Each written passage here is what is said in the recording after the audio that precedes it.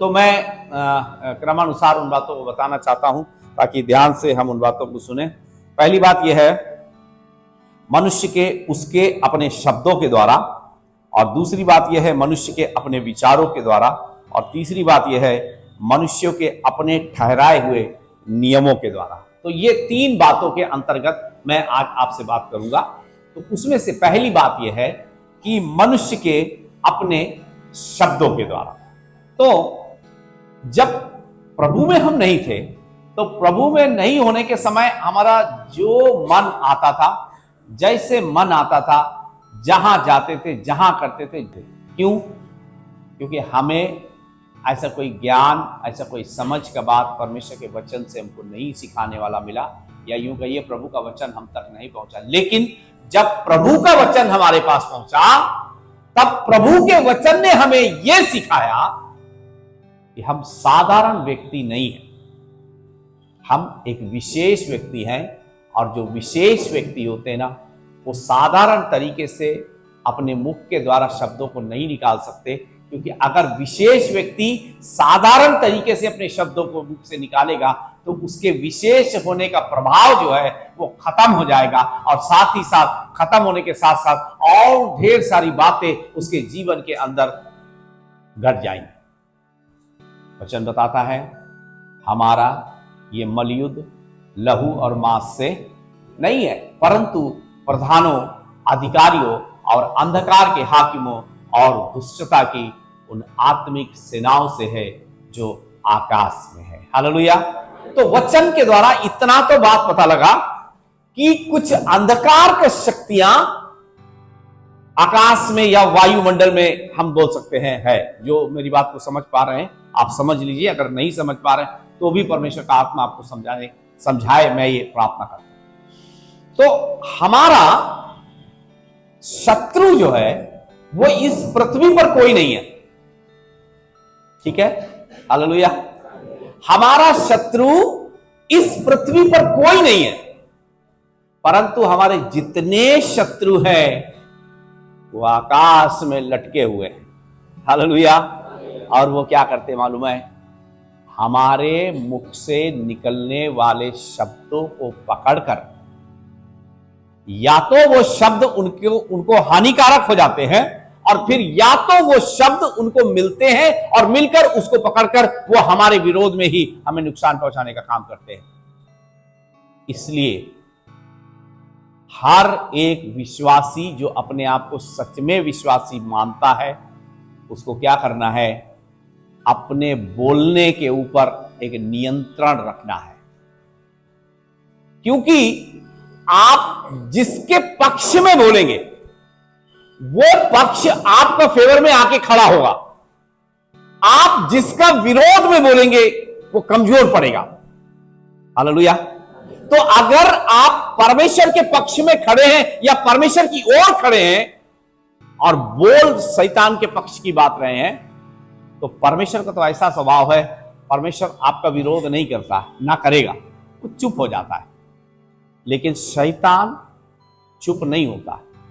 शैतान क्या करता मालूम है? आपके मुंह से निकलने वाले शब्दों को लेकर आप ही के विरोध में काम को करेगा, और फिर बाद में आपके अंदर बहुत सी चिंता, बहुत सी परेशानी, बहुत सी तकलीफ आने के समय आपके अंदर एक बात आएगी, ये सब मेरे साथ क्यों हो रहा है? तो धन्य है वे जो इन बातों के भेद को जानते हैं कि अगर मेरे मुख के अंदर से कुछ ऐसी बात निकलेगी जिसके द्वारा शैतान को काम करने का मौका मिलेगा, तो वो संभल कर बात करते हैं।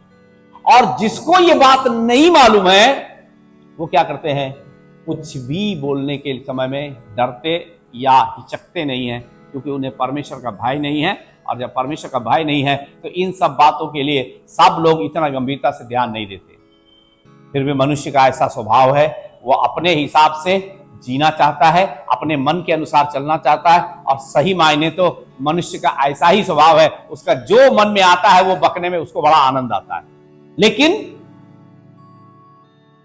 परमेश्वर इन बातों को बड़े ध्यान से देखता है। हालेलुया।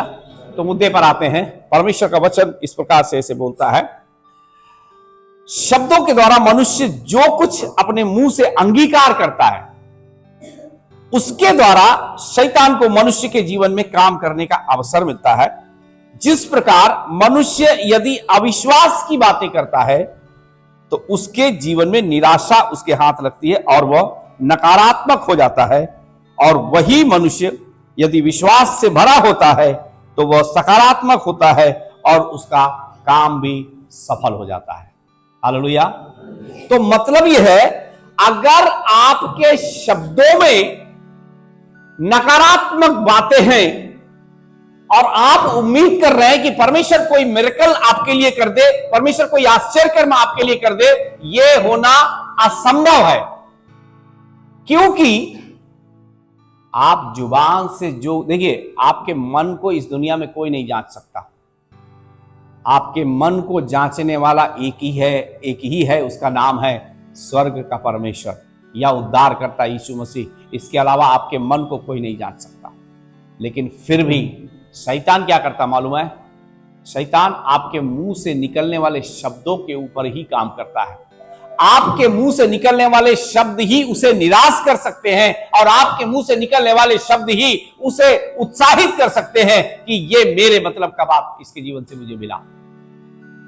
अपनी कमजोरियों को जब आप किसी के हाथ में पकड़ाएंगे, गंभीर बात है, इसको चाहे शारीरिक दृष्टिकोण से देखिए या आत्मिक दृष्टिकोण से देखिए, जब अपनी कमजोरियों को आप किसी के हाथ में पकड़ाएंगे तब फिर वो आपकी कमजोरियों का फायदा नहीं उठाएगा। हालेलुया। जब आप अपनी कमजोरियों को किसी के हाथ में पकड़ाएंगे तो फिर वो आपकी कमजोरी का फायदा उठाएगा। और वैसे ही जब आपके मुंह से जब शब्द निकलते हैं तो वो या तो आपकी कमजोरियों को उजागर कर रहे हैं, या फिर आप ये कह रहे हैं कि शैतान तेरी किसी बातों के ऊपर मेरा कोई प्रभाव नहीं पड़ने वाला। शब्द से ही यह प्रमाणित किया जाता है। एक बार चेले एक दुष्टात्मा को निकाल रहे थे, नहीं निकाल पाए, तो जो व्यक्ति था ना, वो चेलों से बोला, अरे तुम हटो, तुम लोग कुछ नहीं कर पाए, अभी तेरा गुरु के पास लेके जाते। तो गुरु से बोला, तेरे चेलों के पास मैं इसको लेके आया था लेकिन ये नहीं निकाल पाए, अगर तू कुछ कर सकता है तो कर।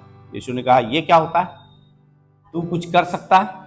विश्वास करने वालों के लिए सब कुछ, हालेलुया हालेलुया, विश्वास करने वालों के लिए सब कुछ संभव है। लेकिन अविश्वास के साथ जब आप परमेश्वर के पास जाएंगे या आपके मुंह से अविश्वास से भरे हुए शब्द निकलेंगे तो याद रखिएगा, परमेश्वर भी आपके लिए कुछ नहीं करेगा। कई जगह वचन में ऐसा लिखा हुआ है, उनके अविश्वास के कारण यीशु वहां पर ज्यादा बहुत कुछ आश्चर्य कर्म नहीं कर पाया, क्योंकि उनके अविश्वास भरे हुए शब्द उनके लिए सारे मिरेकल्स को स्टॉप कर दिए, सारे आश्चर्य कर्मों को बंद कर दिया। हालेलुया।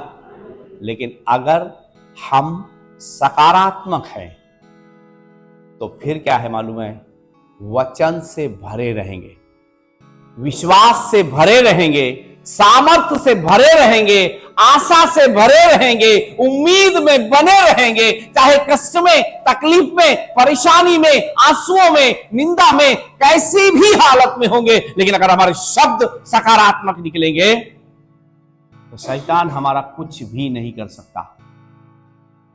और एक बात और मैं बता दूं, बार बार बोलता हूं, जब तक शैतान के हाथों में हम खुद अपने आप से कुछ नहीं पकड़ाएंगे तब तक शैतान हमारा कुछ भी बिगाड़ भी नहीं सकता। हालेलुया। उत्पत्ति की पुस्तक और उसका 3रा अध्याय जब आप देखते हैं तो वहां पर आपको बड़ा अद्भुत परमेश्वर का वचन बताता है कि 1 से 6 के 1 और 6 के बीच में मैं पढ़ रहा हूं, यहां पर आप देख लीजिए, आपका बाइबल में लिखा हुआ है, परमेश्वर ने जितने बनैले पशु बनाए थे उन सब में सर्प धूर्त था, और उसने स्त्री से कहा, क्या सच है कि परमेश्वर ने कहा है कि तुम इस वाटिका के किसी वृक्ष का फल न खाना?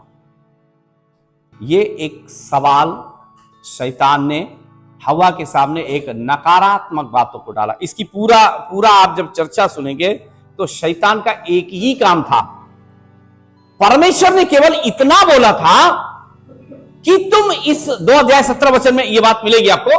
परमेश्वर ने उनसे इतना ही बोला था कि तुम इस वाटिका के सारे फलों को बेखट के खा सकते हो, केवल भले और बुरे के ज्ञान का जो वृक्ष है उसको नहीं खाना, जिस दिन तुम खाओगे तुम निश्चय ही क्या हो जाओगे। इतना ही परमेश्वर ने कहा था। लेकिन शैतान ने क्या किया, हवा से जब बात करने के समय उसकी बातों बातों में कब वो विश्वास से भरी हुई थी और कब अविश्वास की हालत में आ गई उसको खुद नहीं पता लगा। आखिरी में जब शैतान ने उसको पूरी तरीके से नकारात्मक विचारों से भर दिया, परमेश्वर ने क्या बोला था, तुम इस भले और बुरे के ज्ञान के वृक्ष के फल को कभी नहीं खाना, जिस दिन खाओगे उस दिन तुम निश्चय मर जाओगे। लेकिन शैतान ने सबसे पहले एक सवाल उसके सामने रखा, क्या। ये जो क्या होता है ना, ये अपने आप में खुद एक क्वेश्चन मार्क है।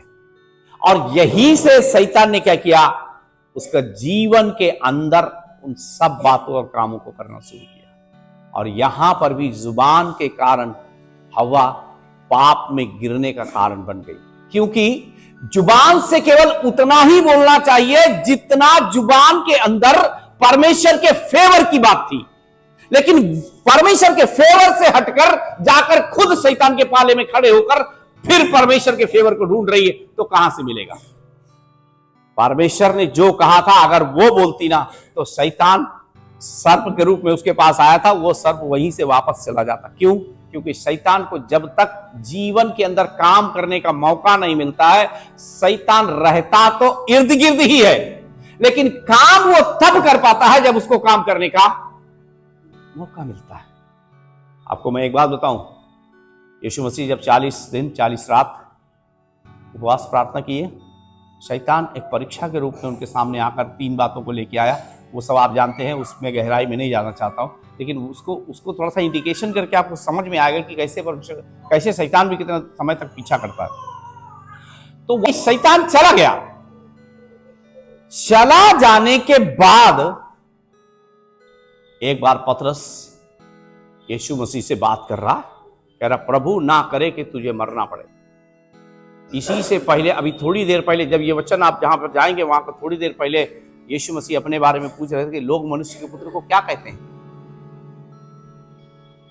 पतरस बोलता है तू जीवते परमेश्वर का पुत्र मसीह है। लेकिन उसी के तुरंत थोड़ी देर बाद पतरस बोल रहा है मरने नहीं देंगे हम, खुदा ना करे कि, प्रभु ना करे कि तू मरे। यीशु ने क्या बोला मालूम है, हे शैतान मेरे पास से, हालेलुया, नहीं पढ़ा आपने कभी, हे शैतान मेरे पास से।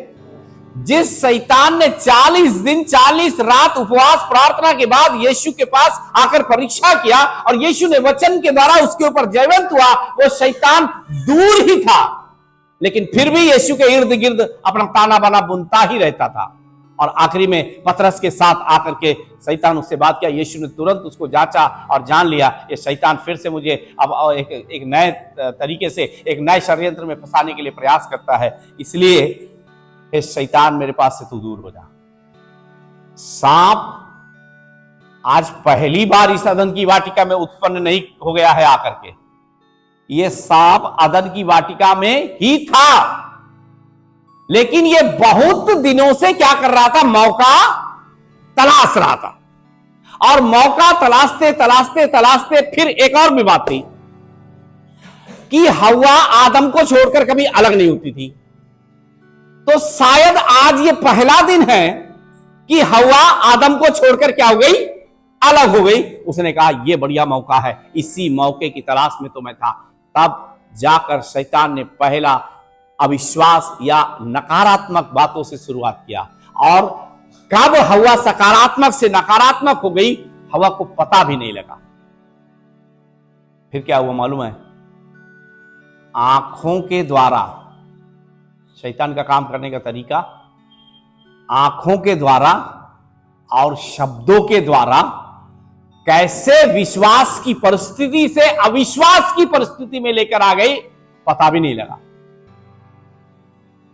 फिर जब आप और आगे इसके पढ़ेंगे तो लिखा हुआ है, जब हवा ने देखा कि ये फल जो है, उसका 6वीं आयत में ऐसे लिखा हुआ है, जब स्त्री ने देखा कि उस वृक्ष का फल खाने में अच्छा और देखने में मनभाऊ और बुद्धि देने के लिए चाहने योग्य भी है, तब उसमें से तोड़कर खाया और अपने पति को भी दिया। एक और महत्वपूर्ण बात आपको पता है, आदम और हवा जब तक अदन की वाटिका में थे तो क्या उनके पास बुद्धि नहीं थी? क्या निर्बुद्धि होकर अदन की वाटिका में घूमा करते थे? सवाल है ये, थोड़ा सा आप अपने दिमाग के ऊपर जोर डालिए। हालेलुया। अदन की वाटिका में आदम और हवा और परमेश्वर संगति करते थे और रोज शाम को परमेश्वर उनसे मिलने के लिए आता था, तो क्या वो निर्बुद्धि होकर के टहलते थे क्या? हालेलुया। ये बात को समझने के लिए पवित्र आत्मा हमें मदद करे। जब तक मनुष्य के जीवन के अंदर पाप नहीं आया, उनके अंदर पूरी रीति से परमेश्वर के बारे में क्या लिखा है मालूम है? परमेश्वर सर्वशक्तिमान, सर्वज्ञानी और सर्वव्यापी। परमेश्वर से बढ़कर बुद्धि किसी के पास, लेकिन वो परमेश्वर की बुद्धि उनके पास थी। लेकिन जैसे ही पाप ने अपना प्रवेश किया ना, तो अभी तक ये पवित्रता और धार्मिकता से भरी हुई बुद्धि उनके पास थी, लेकिन अब दुनियादारी, संसारिक, शारीरिक सारी बातों की बुद्धि, हवा ने जब देखा कि बुद्धि देने के लिए चाहने योग्य है, इसलिए सांसारिक बुद्धि को प्राप्त करने के लिए आत्मिक बुद्धि को छोड़कर उसके पीछे चली गई। हालेलुया। लेकिन अगर हवा अपनी शब्दों पर बनी रहती ना, तो फिर चाहे कितना भी शैतान अपना काम करने का प्रयास करता, किसी कीमत पर शैतान उसको नहीं गिरा सकता था। हालेलुया। इसलिए मेरे प्रियो, हमारे मुंह से निकलने वाले शब्द महत्वपूर्ण होते हैं। हवा ने अपने मुंह से शब्दों को निकाला, वो यूं ही समझ रही थी, लेकिन यूं ही नहीं था। वो उनके जीवन का आत्मिक पतन होने की परिस्थिति थी, और उसी शब्दों ने क्या कर दिया? उनको पाप में फंसा कर गिरा दिया, और उन्हीं शब्दों के द्वारा उनका जीवन को अंत की ओर ले गए। आत्मिक जीवन मर गया, शारीरिक जीवन बना हुआ था, लेकिन फिर भी परमेश्वर की सारी सामर्थ और शक्ति और अभिषेक जो परमेश्वर की ओर से था, वो सब पाप के कारण उनको छोड़ गया। यहां पर एक और बात सीखने के लायक है, जब तक पवित्र आत्मा की पवित्रता, समर्पण, प्रार्थना और पवित्रताई में बने रहोगे, वो परमेश्वर तुम में बना रहेगा। और जैसे ही कुछ पाप और अपवित्रता की बात जीवन में आएगी, वो छोड़ के किनारे हो जाएगा। हालेलुया।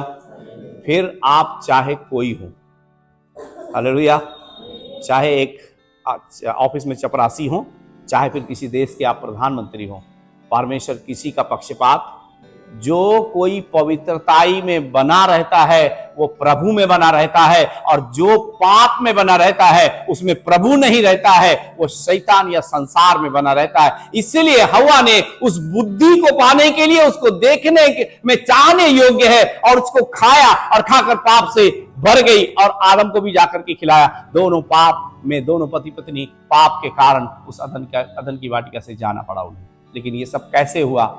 उसके मुंह से निकलने वाले शब्द। अगर ओवर एक्टिंग ना की होती, तो थोड़ा माफ करिएगा इस शब्द को मैं इस्तेमाल कर रहा हूं, अगर ओवर एक्टिंग ना की होती तो किसी कीमत पर शैतान उसके जीवन में कोई काम ना कर पाता। वो उससे बात भी करती, उसको जवाब भी देती, और जवाब पाकर शैतान वापस चला जाता।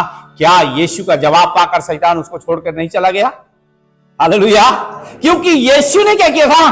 वचन के अनुसार शैतान से बातें की थी।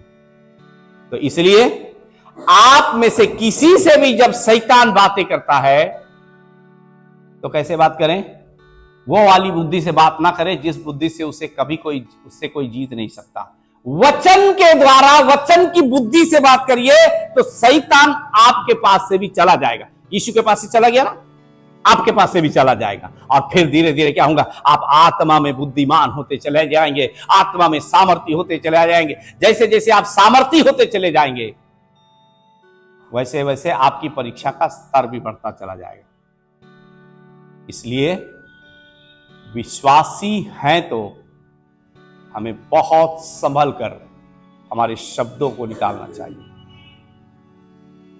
अगर संभल कर हम शब्दों के द्वारा बात नहीं करेंगे तो बेशक हम अपने आप को समझेंगे कि हम परमेश्वर के फेवर में खड़े हैं, लेकिन आपको पता नहीं लगेगा कब शैतान घसीट के अपने फेवर में लाके खड़ा कर देगा और लूट लेगा आपके पास जो कुछ है आत्मिक संपत्ति, और आपको पता भी नहीं चलेगा।